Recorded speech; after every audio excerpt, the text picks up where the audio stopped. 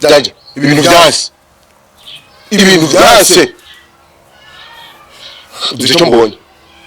Uduce mbonye. Hari undi muntu yaje muri kino gisagara afite imbaraga nk'izi wanje. Kuko ibintu yakoze adafite imbaraga nk'izi wanje ndivyo ushoboka.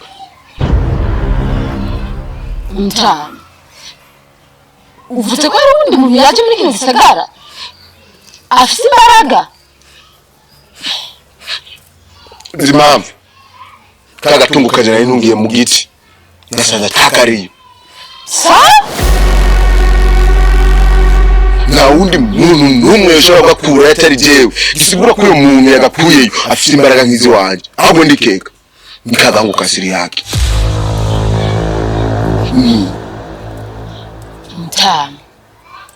Oya, nzi ko wavuze ko siri yake azoshikira bije bintu ko arongoye. Ubu ntaka batararongora. Bishoboka gute? Mbare yatariwe n'umuntu ntinde. Cyo mbona dukora amaperereza. Hasi. Kagatumumenye umuntu. Ariko simbona impamvu uri kurirusha. Kubera ko utokoresha imbaraga zawe kugira ngo umubone. Nkoresheje imbaraga. Hari igihe noga mu ngorane ndende isumbi. Kuko uyo muntu yabishoboye. Giboneka ko afite imbaraga. Ushobora gusanga zindusha cyari tuzinganye. Ninakoresha imbaraga namusatira. Ashobora nawe kunyishyura ugasanga ngize ingorane. Sindakomera neza ku rugero nkeneye. Ahubwo kora umugambi n'ingogana n'ingoga. Siriya kagutwaye kugira nshikire bijya bintu. Kugira ndamuhige neza. Nyamara kubishikira nzomuzana. Aha. Kwa nkuba. Manzera mwereke iki nkuba ivuga.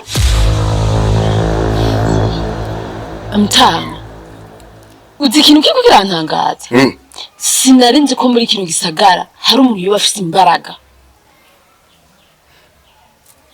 Niyo mpamvu nakubariye ati kubitwara bukebuke. Ikindi nacyo Mutama, none abantu bazoguma bakubitwa inkoni bwiza cyane. Ereka abantu bararemvye. Natwe ko barozi. Tushije kuma tugenda cyane biracu twambaye. Oya. Mutama. Ndaba nawe uregera. Cyangwa kumva ubwo, cyangwa kugira ikigongo. Narinzi kuri intarekazi yanje. Narinzi kuri inkuba wa kabiri. Havuye jewe. Uri inkuba y'ingore utangwe kugira ubwoba. Mbiriza. Itegeko. Mu byo nahawe cyangwa mu byo mweneye ko abantu bagira ko nico nyene nta kwambara birato ubu vyambaye inkoni nta guhindura impundu nakubwiye nyene ko abantu bakujya kwisuguru zo muci hamwe batora indero nta guhindura kiretse baje kumvuka imbere gisagara cyose kizo kimvuka imbere kivuge nkuba mwene momo n'umugabo w'abagabo n'umugabo atapodwa kagati. Mbere kuri ibyo tena mundu ndakwereka ikintu ndaguha. Ariko Mutama mbabarira kubona gukoshirije. Ndakubwiye ati ja mundu ndakwereka icyo ndaguha.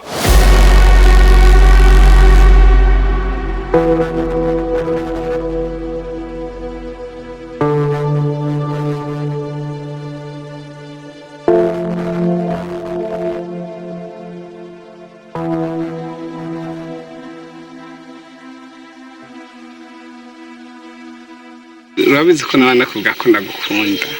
Nukuri niyo murondo mwiza mwa kino gisagara nama mbona. Niyo murondo nakunze mwa kino gisagara pe.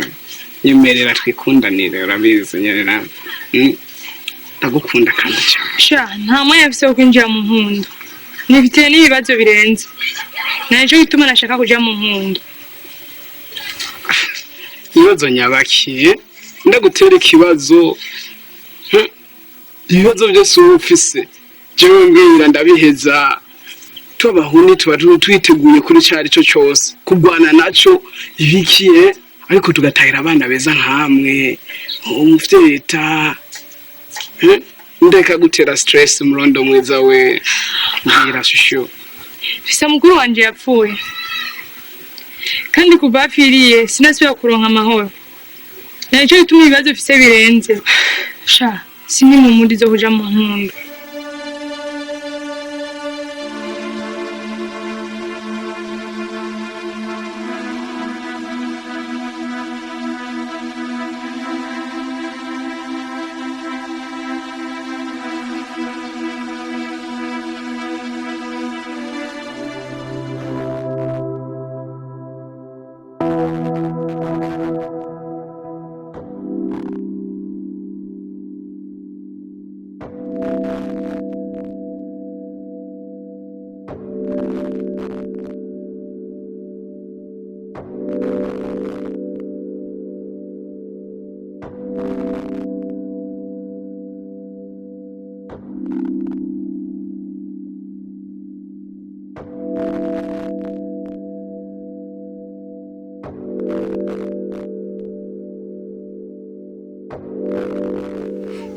Charanga.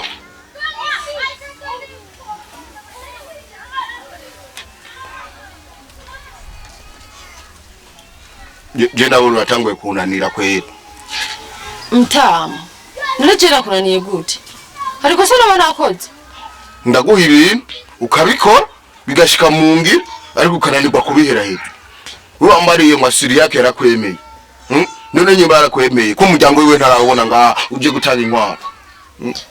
Ibi ni ibintu byo gukora unyarutse. Ubikora unyarutse kugira siri yake aje nga agutwara mukwe. Mtama. Ico sico gikuru. Igikuru nuko yankunze. Ibisigaye navyo bizobandanya mu nyuma. Tuzijaka ko gukunda gusa. Nshaka gutwara.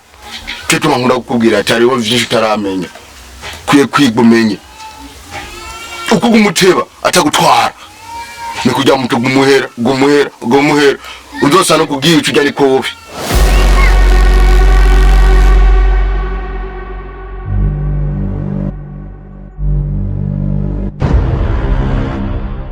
Uwe bingore yagutwara. Niyagutwara. Harisho namuronderako. Kuko ico coco kizomushikira ariko amaze kubaka. Niyubakana na wewe bizoyorohera ingenda gishikira. Ariko rukuko mumbwira ngo nkundu ujya mu nkungu. Ntabwo ndamukunda. Nukuri je ntabwo ndamukunda. Suko nkunda. Tanguye kungararita. Tanguye kungwanya.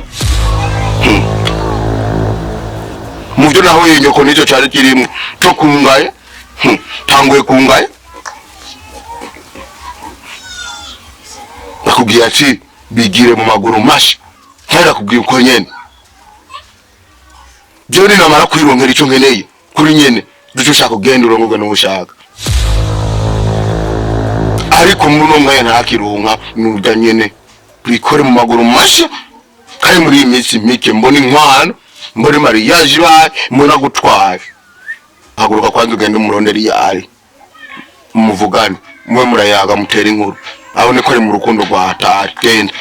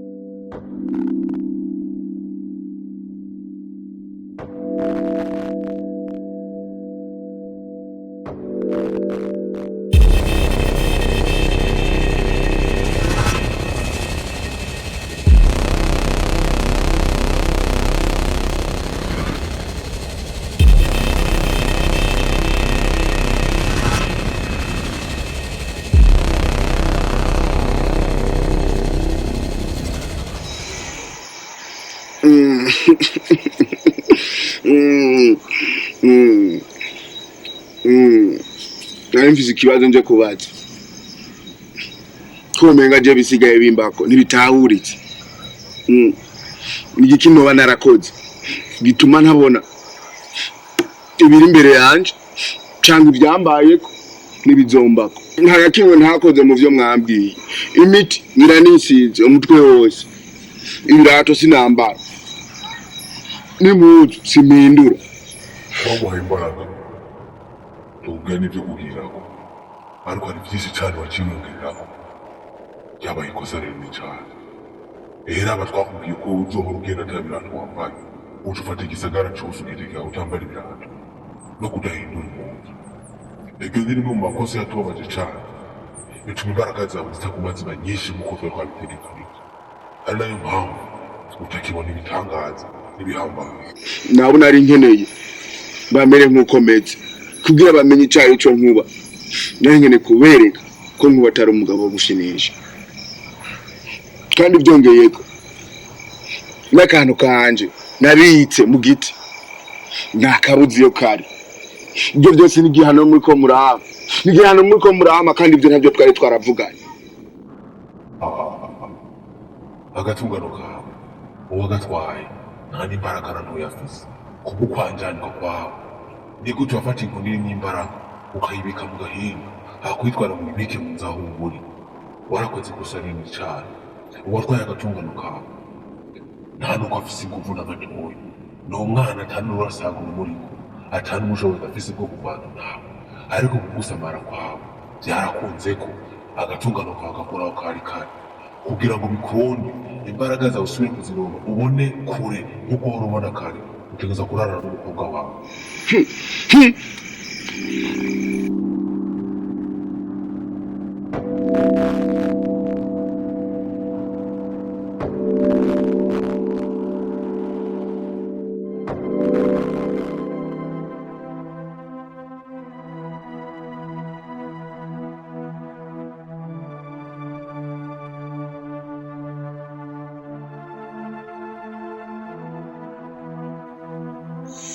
Ni impore mutware.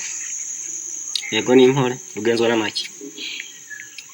Ikingenza muri n'urugo rwawe sikindi. Nanje kumenyesha yuko mukuru wacu asigaye aza kutuguruza mu ijoro. Nimba cyo dufashamwo kidufashamo. Ko dusigaye twabuze amahoro. Dufashe mutware. Mbiza mukobwa. Aho ntacyo no gufasha kubera. Ibyo ni ibintu by'imiyaga. Kandi je nk'umutware. Sinjejwe kuza ndaca imanza canke indaba ibintu he n'ivyo nka karere. Jewe ntunganya ibintu by'abantu. Apana ibintu by'imiyaga. Ko gisigaye utaraki mushobora kudufashamo muri ivyo. Je numva atana kimwe no bafasha muri ivyo. Ahubwo imbere genda wetara.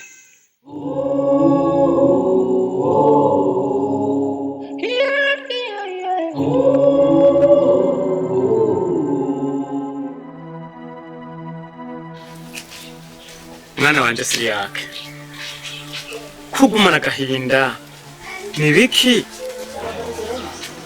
Agahinda ndimo papa ni mu mama yakanyeye. Sinshobora kwihangana ngume n'inyakamwe nkoko. Ubwa mbere byatanguye mu mata ku nguvu ngo nindondere umukunzi dukundana. Niba yaho muri Diane. Ariko nta nkuru bose mukomeza kumbuza gukundana nawe. Nana bikubwiye usanga aho binkundiye. Ariko ntibigize utera intambwe nimwe yo kunyereka yuko genda kunsabira Jasmine ngo twibanire. Byandambiye papa. Burya hajya nakwemereye ntakwemereye. Kuko ubu burya rugo. Nibaza ko atagutse. Umva papa. Jese ngiye kuresha rujya rugo, sinshaka kubana na rujya rugo rwose. Nkeneye kubana na Jasmine. Simbona impamvu mumubuze. Kandi bigakomeza nkuko muzombora uko mwabuze bene wacu. Ndabona uwo mukobwa wamaze kumukunda. Mwana wanje. Reka nzuhamagara mwene wacu. Hama dutegure turondere n'umushinga ntaye. Tugende kugukwera twari byo wifuje mwana wanje.